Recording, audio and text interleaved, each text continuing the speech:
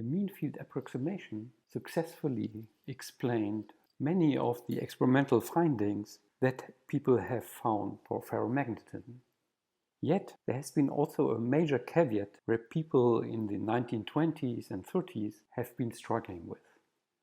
From the consistency equation, we are able to calculate the mean mechanization and also define the critical temperature. The critical temperature, kBTC, is equal to 2 times the dimensionality of the problem times the interaction constant between two spins. Hence, what we would expect that kBTC for 1D system is equal to 2J. For 2D system, it's 4J. For 3D system, it's 6J.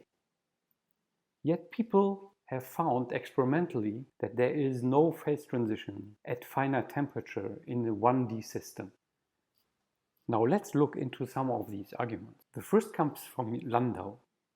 Suppose we have a ferromagnetic system at zero field and at temperature 0. We know in this situation all spins are aligned, either all up or all down. The total energy of such a system is given by minus j and minus 1, where n is the length of the chain and j the interaction constant. This is the minimal energy.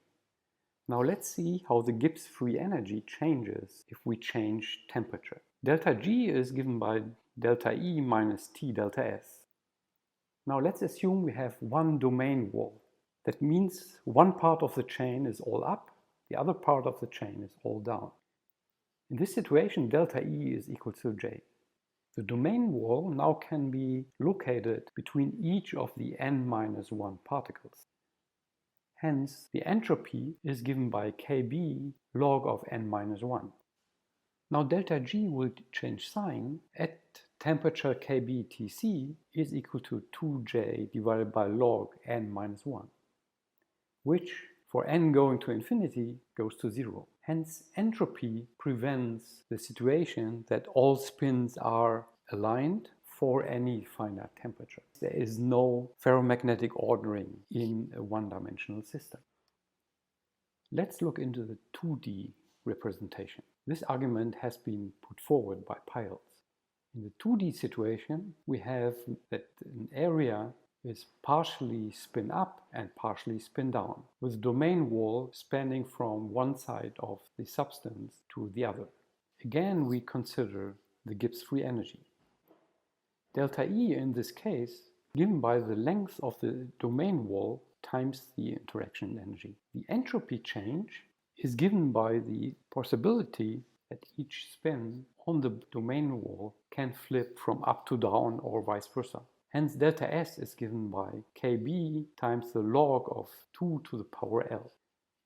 Now, calculating delta G, we obtain that delta G is given by L times J minus Kb log of 2, or we obtain a critical temperature of kBTC is equal to J divided by ln2. Hence, for a two-dimensional system, ferromagnetic ordering is possible, and we expect that the critical temperature is given by this latter equation.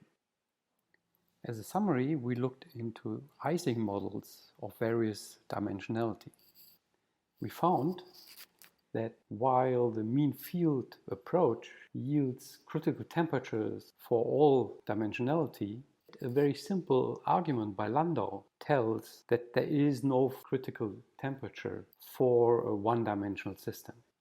Also, the result that mean field approach yields for the critical temperature at 2D, leading to kBTC divided by J equals to 4, is much higher as compared to the simple Piles argument that we looked into.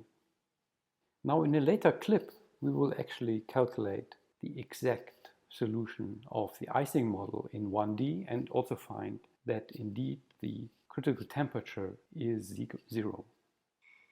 It is in general that the critical temperatures predicted by mean field theories are significantly higher as compared to the exact models. That holds for any dimension 1, 2, or 3. It can be further shown that for any higher dimensionality, meaning at least d equals to 4, the mean field result is exact.